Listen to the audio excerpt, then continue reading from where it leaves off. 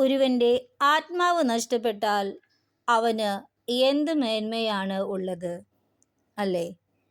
സങ്കീർത്തനം 49 അധ്യായം 1 മുതൽ 20 വരെയുള്ള വാക്യത്തിൽ സമ്പത്തിൻ്റെ നശ്വരതയെപ്പറ്റി നമുക്ക് കാണാം.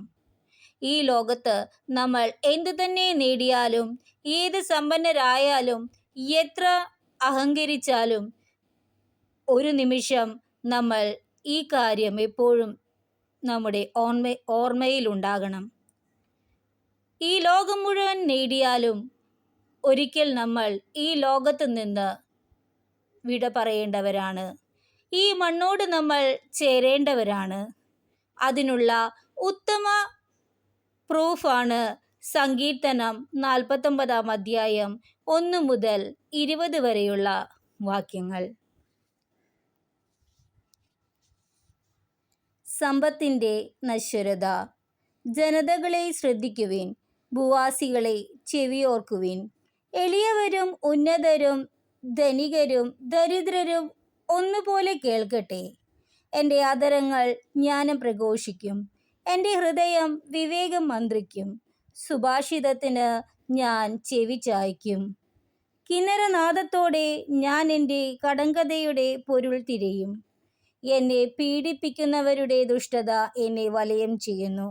ക്ലേശകാലങ്ങളിൽ ഞാൻ എന്തിന് ഭയപ്പെടണം?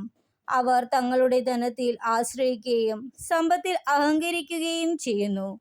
തന്നെ വീണ്ടെടുക്കുവാനോ സ്വന്തം ജീവന്റെ വില ദൈവത്തിന് കൊടുക്കുവാനോ ആർക്കും കഴിയുകയില്ല. ജീവന്റെ വിടുതൽ വില വളരെ വലുതാണ്. എത്ര ആയാലും അത് തികയുമില്ല. എന്നേക്കും ജീവിക്കാനോ പാതാളം കാണാതിരിക്കുവാനോ കഴിയുന്നതെങ്ങനെ?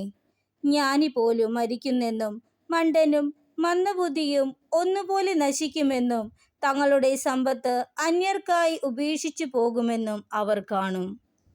ദേശങ്ങൾ സ്വന്തമെന്ന് അവകാശപ്പെട്ടെങ്കിലും ശവകുടീരങ്ങളായിരിക്കും അവരുടെ നിത്യവസതി, തലമുറകളോളം അവരുടെ വാസസ്ഥാനം.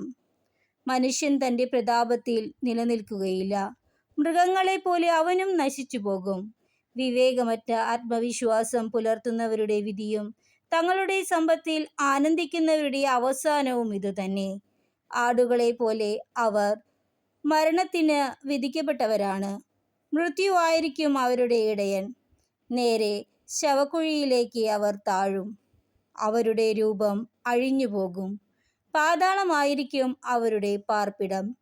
എന്നാൽ ദൈവം എൻ്റെ പ്രാണനെ പാതാളത്തിൻ്റെ പിടിയിൽ നിന്ന് വീണ്ടെടുക്കും. അവിടുന്ന് എന്നെ സ്വീകരിക്കും.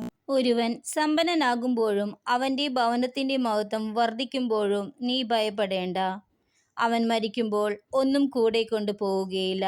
അവൻ്റെ മഹത്വം അവനെ അനുഗമിക്കുകയില്ല. ജീവിതകാലത്ത് സന്തുഷ്ടനെന്ന് കരുതിയെങ്കിലും അവൻ്റെ ഐശ്വര്യം കണ്ട് ആളുകൾ അവനെ സ്തുതിച്ചെങ്കിലും അവൻ തൻ്റെ പിതാക്കന്മാരോട് ചേരും. ഇനിമേൽ അവൻ പ്രകാശം കാണുകയില്ല. മനുഷ്യൻ തൻ്റെ പ്രതാപത്തിൽ നിലനിൽക്കുകയില്ല. മൃഗങ്ങളെപ്പോലെ അവൻ നശിച്ചു പോകും. എല്ലാവർക്കും സ്തുതിയായിരിക്കട്ടെ.